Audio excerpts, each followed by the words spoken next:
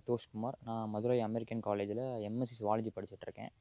MSc சுவாலஜியில் 2வது வருஷத்தில் வந்து ப்ராஜெக்ட் ஒன்று இருக்கும். அந்த ப்ராஜெக்டில் வந்து நம்ம நாகமலையில் உள்ள ஊர்வனத்தை பற்றி, ஊர்வனம் மற்றும் தவளைகளை பற்றி ஒரு ஆவணம் செய்யலாம் அப்படின்னு சொல்லிட்டு எடுத்தேன். அதில் வந்து மொத்தம் ஒரு 3 சைட் எடுத்தோம். காக்காவுத்து, புல்லூத்து அண்டு நாகத்தீர்த்தம்னு சொல்லிட்டு.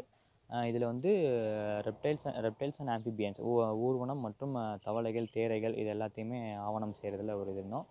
அதில் பண்ணும்போது நான் அக்டோபர்லேருந்து அக்டோபர் 2024 டு மார்ச் 2025 வரையும் பண்ணோம். மொத்தம் 6 மந்த்ஸ் பீரியடு.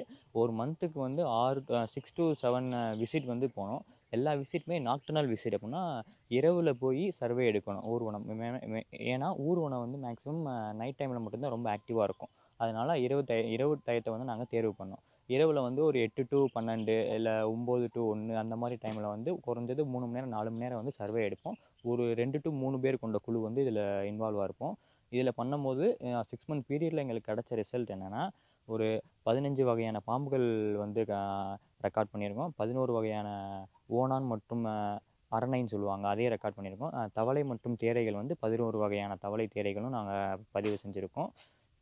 இதில் என்னென்னா நியர் த்ரெட்டுன்னு சொல்லுவாங்க, அழியக்கூடிய நிலையில் இருக்க இந்தியன் ராக் பைத்தான் அப்படின்னு சொல்லுவாங்க, அதையும் நாங்கள் ஆவணம் செஞ்சுருக்கோம். அப்புறம் இன்னும் பல பாம்புகள் நாங்கள் ஆவணம் செய்ய முடியல. ஏன்னா எங்கள் டைம் பீரியடும் கம்மி தான், நாங்கள் எடுத்துக்கிட்ட இடமும் கம்மி தான். அந்த மண்ணுள்ளி பாம்புன்னு சொல்லுவாங்க அது, பூனைக்கண் பாம்பு அப்படின்னு சொல்லுவாங்க அது, இதெல்லாம் என்னால் ரெக்கார்ட் பண்ண முடியலை. ஏன்னா டைம் கொஞ்சம் கம்மியாக இருந்தனால என்னால் முடிஞ்ச அளவு இந்த 3 சைட்டில் எவ்வளோக்கு எவ்வளோ ஆவணம் செய்ய முடியுமோ அவ்வளோக்கு அவ்வளோ செஞ்சுருக்கோம்.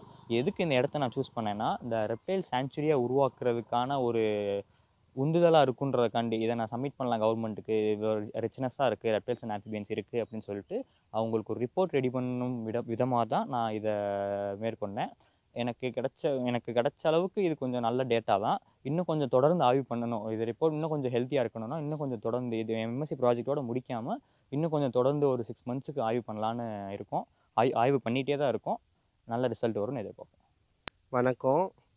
என்னோட பேர் அவந்திகா. இவங்க அம்மா, எங்கள் அம்மா இவங்க வந்து நாங்கள் வந்து மும்பையில் இருக்கிறோம்.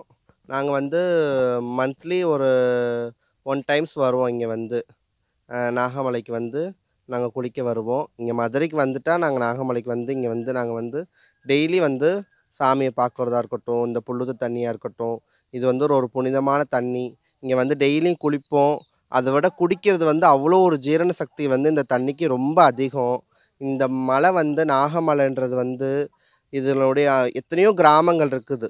மலையை தொட்டு மலைக்கு கீழே, மலைக்கு மேலே எத்தனையோ ஜீவராசிகள் வந்து வாழ்ந்துட்டுருக்குறாங்க.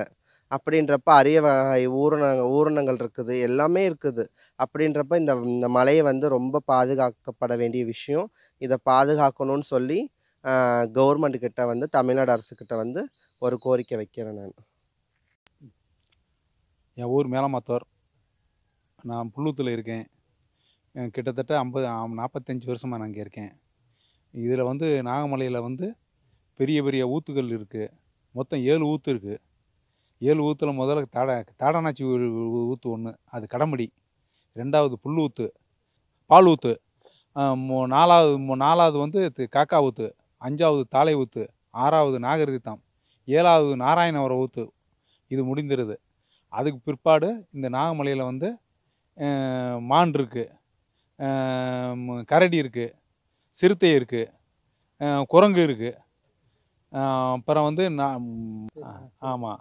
அப்புறம் அதுக்கு பிற்பாடு இந்த புல்லூத்தில் வந்து நல்லா கொஞ்சம் புண்ணியமான ஊத்து.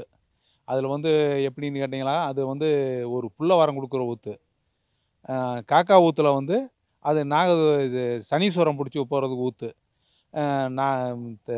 நாகரிகத்தில் வந்து அது வந்து இந்த நாகதோஷம் பிடிச்சவங்க போகிற ஊத்து. அப்புறம் அதுக்கு பிற்பாடு வந்து அது இந்த மற்ற ஊத்துகளுக்கு நம்மளுக்கு தெரியாது. தாவரங்கள் எல்லா மூலிகையும் இருக்குது, எல்லா மூலிகையுமே இருக்குது, அனைத்து மூலிகையுமே இருக்குது. எல்லா மூலிகையுமே சிறியானங்கையிலேருந்து எல்லா மூலிகையுமே இங்கே உண்டு.